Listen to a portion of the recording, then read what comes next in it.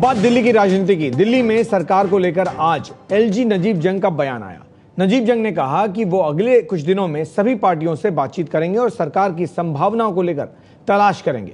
हम आपको बता दें कि दिल्ली में सरकार बनाने को लेकर राष्ट्रपति ने हरी झंडी दे दी है, लेकिन सुप्रीम कोर्ट ने कल पूछा था कि सरकार कैसे बनेगी, ये बताएं।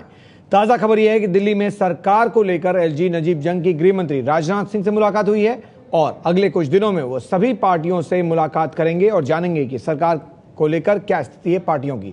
दिल्ली में सरकार बनने पर एलजी कुछ दिनों में सभी पार्टियों से बात करेंगे। सवाल ये कि क्या बीजेपी सरकार बनाएगी। केजरीवाल ने कहा है कि एलजी अगले कुछ दिनों में एक बात क्यों करेंगे, आज ही सबसे बात क्यों नहीं करते और फैसला करते। केजरीवाल का आरोप है कि एलजी मामले को टालने की कोशिश कर रहे हैं। ये बताइए कि सभी पार्टियों से बात करने का उपराज्यपाल का अब ये फैसला, इसके बारे में क्या कहें। बहुत अच्छा फैसला है, पर ये हम 8 महीने से कह रहे थे एलजी साहब को कि सारी पार्टियों को बुलाओ, एक कमरे में बिठाओ, सबसे पूछ लो, हाँ भाई कांग्रेस वालों आप किसी के साथ जा रहे हो, नहीं जा रहे, आम आदमी पार्टी वालों आप जा रहे हो किसी के साथ, नहीं जा रहे, पता चल जाएगा 5 मिनट पता चल। तब नहीं किया एलजी साहब ने, 8 महीने से नहीं किया। तब क्या कह रहे थे एलजी साहब, मैं बीजेपी को इन्वाइट करूंगा, मैं बीजेपी को इन्वाइट करूंगा। बेचैन हो रहे थे बीजेपी को इन्वाइट करने के लिए। चिट्ठी लिखी एलजी साहब ने राष्ट्रपति को कि मेरे को परमिशन दो बीजेपी को इन्वाइट करने के लिए। हार के राष्ट्रपति जी ने परमिशन दे दी इनको।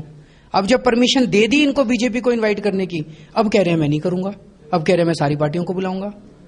ऐसा क्यों कह रहे हैं? कल सुप्रीम कोर्ट में हियरिंग है, आज ये कह रहे हैं मैं अब अगले कुछ दिनों में सारी पार्टियों, कल हियरिंग को बेसिकली पास करवाना चाह रहे हैं। कल कोर्ट में जाके कह देंगे जी अब हम सारी पार्टियों को बुला रहे हैं, फिर कोर्ट की में एक महीने बाद की डेट लग जाएगी।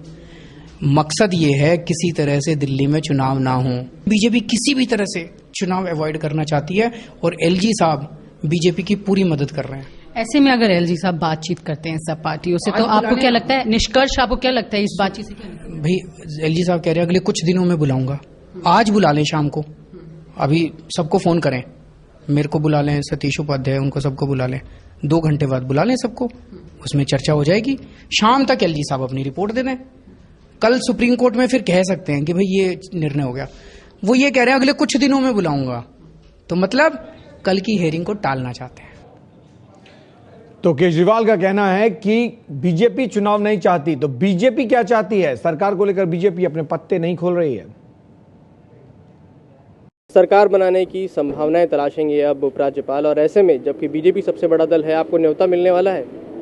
मालूम नहीं अभी हमको, तो हमने कहा है जैसा कि ये सारी खबरें आपके पास हैं और उन खबरों को आप अच्छे से जानते हैं। पार्टी तो जब समय आएगा तो जो अब लेकिन आप जब कहा करते थे कि उपराज्यपाल जब बुलाएंगे तब देखा जाएगा, अब उपराज्यपाल तलाश रहे हैं, मौका तलाशेंगे कि क्या सरकार बन सकती है।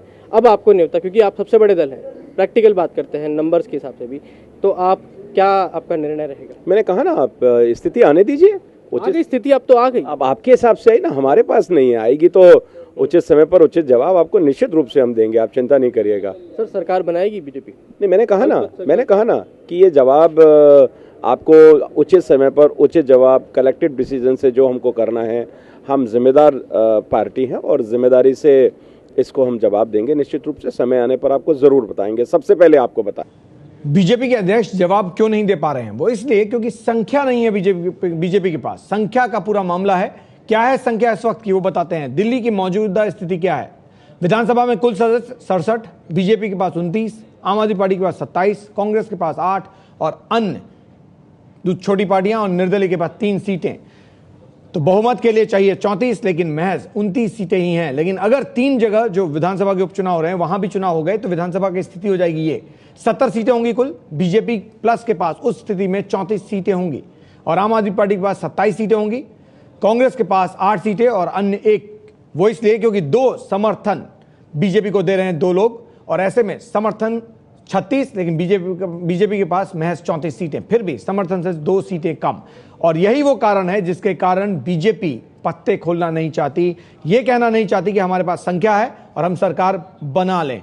34 किसी भी हालत में 34 से ज्यादा बीजेपी की स्थिति नहीं बन सकती। 2 की कमी तब भी रहेगी और आज भी 3 की कमी है।